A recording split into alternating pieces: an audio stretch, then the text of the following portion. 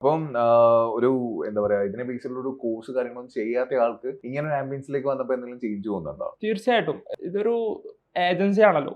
Agency എന്ന് പറയുമ്പോൾ ഒരു മീഡിയ എ ടു സെഡ് കാര്യങ്ങൾ ഇവിടെ ചെയ്യുന്നുണ്ട്. അപ്പോൾ ഇവിടെ വന്നതിന് ശേഷം കണ്ടന്റ് റൈറ്റിംഗ് മുതൽ ഷൂട്ടിംഗ് അടക്കം നമുക്കിവിടെ അതിന്റെ സെഷൻസ് കിട്ടിയിട്ടുണ്ട്.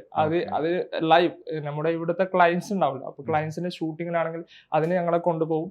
ബിയു സാറിന്റെ ഗൈഡൻസോട് കൂടെ തന്നെ നമുക്ക് ഓരോരോ കാര്യങ്ങൾ അവർ മുഖേന പഠിപ്പിക്കുന്നുണ്ട്. അത് നമുക്ക് കിട്ടുന്നില്ല. ഒരു ഏജൻസി ഇവിടെ ഒരു പോർട്ട്ഫോളിയോ ബിൽഡിംഗ് മാത്രമല്ല, ശരിക്കും പറഞ്ഞാൽ ഒരു ഏജൻസി ലെവലിൽ നടക്കുന്ന എല്ലാ കാര്യങ്ങളും നമുക്ക് അറിയാനും അതിനെക്കുറിച്ച് കൂടുതൽ പഠിക്കാനും നമുക്ക് സാധിക്കുന്നുണ്ട്. ഇവിടെ പഠിപ്പിക്കുന്ന ആൾക്കാർ ഭയങ്കരമായിട്ട് പ്രഷർ ചെയ്യുന്നുണ്ടോ? എന്താണെന്ന് വെച്ചാല് വർക്ക്സ് കുറേ ലോഡ് ഉണ്ടാവും. ഓരോ വർക്ക് കഴിയുമ്പോൾ അടുത്തടുത്ത ടാസ്കുകൾ ഇങ്ങനെ കിട്ടിക്കൊണ്ടിരിക്കും. അപ്പോ അതിന്റെ ഒരു പ്രഷർ ഉണ്ടാവും. ഇപ്പം അതുമല്ല, ഇപ്പൊ ഒരു വർക്ക് ചെയ്തതിന് ശേഷം കുറച്ച് കഴിഞ്ഞ് ക്ലയന്റ് അത് റിജക്ട് ചെയ്താൽ ആദ്യം ചെയ്യേണ്ടി വരും. അപ്പോ ആ ഒരു ചില ദിവസങ്ങളിൽ നല്ല പ്രഷർ ആയിട്ടുണ്ട്, എക്സോസ്റ്റഡ് ആയിട്ടുണ്ട്, തീർച്ചയായിട്ടും ടയർഡ് ആയിട്ടുണ്ട്.